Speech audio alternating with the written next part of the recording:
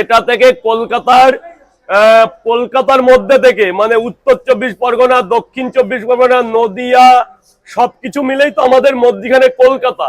এই কলকাতার মধ্যে থেকে একমাত্র আমাকেই সিলেক্ট করা হয়েছে, তার জন্য সঞ্জয় দাকে অনেক অনেক ধন্যবাদ। এই অনুষ্ঠানটা আগামী 28শে ডিসেম্বর একদম প্রপার শিলিগুড়ি দীনবন্ধু মঞ্চে অনুষ্ঠিত হতে চলেছে এক সিনে অ্যাওয়ার্ড এবং উত্তরবঙ্গ চলচ্চিত্র উৎসব বলে। সেখানে উত্তরবঙ্গের নানা রকম সেলিব্রিটি এবং মাননীয় মুখ্যমন্ত্রী এবং নানা রকম, জানো তো তোমরা, এই একটা অনুষ্ঠান হয় বছরে একবার করে।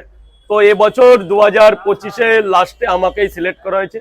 তো আমাদের অনরাইভ ফ্লাইটের টিকিটও করে দিচ্ছিল, যার জন্য আমি একা যাবো না বলে 3 জন যাবো বলে উত্তরবঙ্গ ট্রেনের টিকিট সব কনফার্ম হয়ে গেছে আমাদের। তো আগামী 27 তারিখ আমি যাচ্ছি নর্থ বেঙ্গল, ওখানে নাইটে হোটেলে থাকবো। আর 28 তারিখ আমাদের প্রোগ্রাম, ওদিন শিলিগুড়ি লোকের সাথে দেখা করে 30 তারিখ আমাদের রিটার্ন আছে।